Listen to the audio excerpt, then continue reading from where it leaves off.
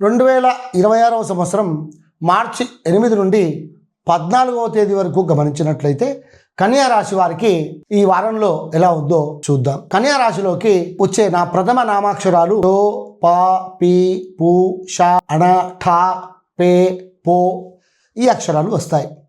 ఈ కన్యా రాశి వారి కుటుంబం గురించి ఆలోచించినట్లయితే బాధ్యతలు మీపై ఎక్కువగా ఉన్నాయి. మీరు ప్రతిదీ సరిగా చేయాలన్న ఆలోచన వల్ల స్వల్పంగా ఒత్తిడి కలగవచ్చు. అయినా మీ క్రమశిక్షణ స్పష్టత వల్ల మీ ఇంట్లో విషయాలు సజావుగా నడుస్తాయి. జీవిత భాగస్వామితో మాటలలో కఠినం తగ్గిస్తే మరింత శాంతిగా ఉంటుందని చెప్పవచ్చు. ఆరోగ్యం విషయానికి వస్తే పెద్ద సమస్యలు ఏం లేవు. జీర్ణకోశం, గ్యాస్, కడుపు సంబంధిత అసౌకర్యాలు వచ్చే సూచన ఉంది. సమయానికి భోజనం, నీరు తగినంత తీసుకోవడం చాలా అవసరం. మీ మానసిక అలసటను నిర్లక్ష్యం చేయవద్దు.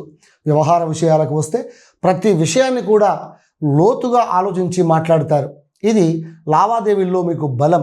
అయితే ఇతరుల చిన్న తప్పులను కూడా ఎక్కువగా గమనించడం వల్ల సంబంధాల్లో దూరం వచ్చే అవకాశం ఉంది. అవసరమైన చోట మాత్రమే విమర్శ చేయండి. వృత్తి ఉద్యోగాల విషయానికి వస్తే పనిలో ఖచ్చితత్వం, బాధ్యత పెరుగుతాయి. మీ పనితనాన్ని గమనించేవారు ఉంటారు.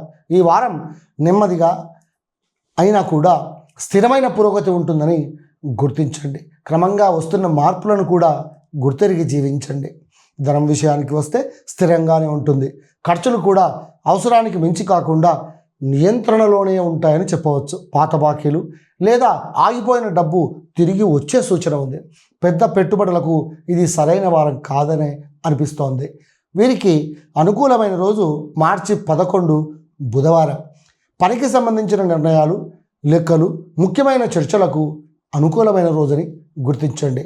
మీకు విజ్ఞాన జ్యోతిష సూచన ఏమనగా మీరు చేస్తున్న ఖర్చులు మీ కొరకే అన్న విషయాన్ని గుర్తించి జీవించండి. స్వస్తి.